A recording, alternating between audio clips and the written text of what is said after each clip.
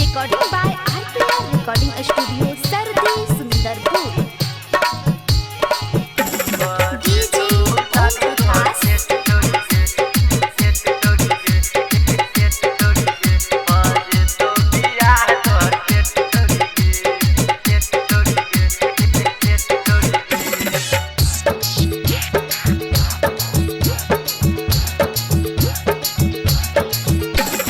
चलना गे छौरी बाबा के नगर गे देख देथिन बाबा शादी हो तो तोहर सेट गे।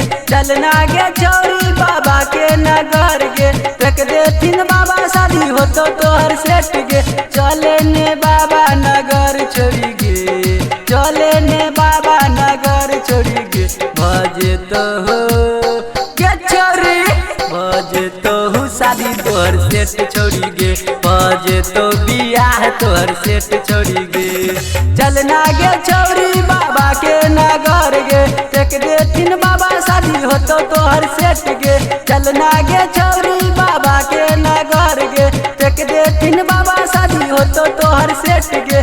चले ने बाबा नगर छोड़ी गे, चले ने बाबा नगर छोड़ी गे।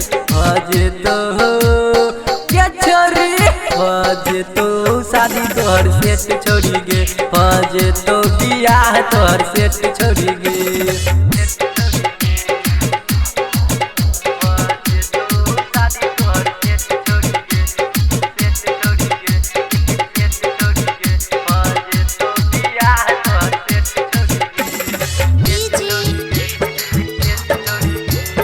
Om Prakash.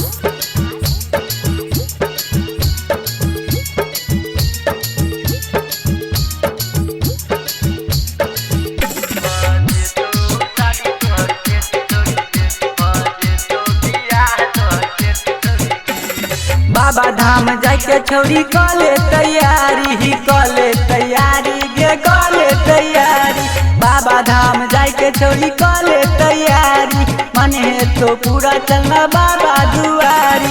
बाबा के महिमा महान छोड़ी गे, बाबा के महिमा महान छोड़ी गे। ए बेर लगन में गे छोरी, ए बेर लगन में शादी तोहर सेट है तो गे। चलना बाबा नगर जल चढ़ाई दिहन गे।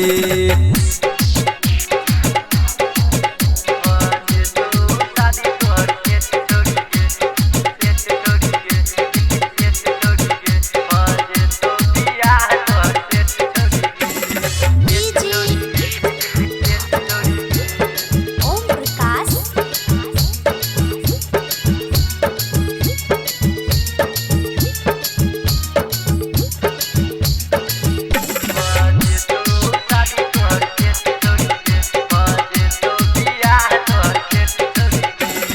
शादी है तो सेट छोड़ी चिंता नहीं करे, चिंता नहीं करे गे चिंता नहीं करे।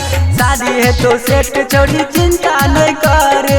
भोला बाबा के चरनिया में रहे ताइक देथिन बाबा बेरा पार है तो गे, ताइक देथिन बाबा बेरा पार है तो गे। यह लगन में गे छोरी, यह लगन में शादी तोहर सेट है तो गे। यह लगन में ब्याह तोहर सेट है तो गे।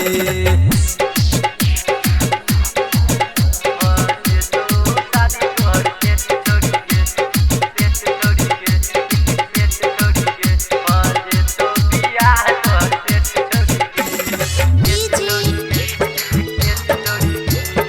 Om Prakash.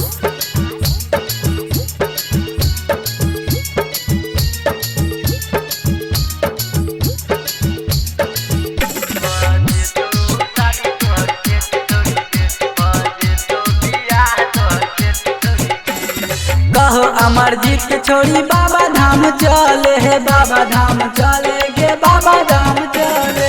कहो अमरजीत के छोड़ी बाबा धाम चले, बाबा जी के चरनिया में रहे।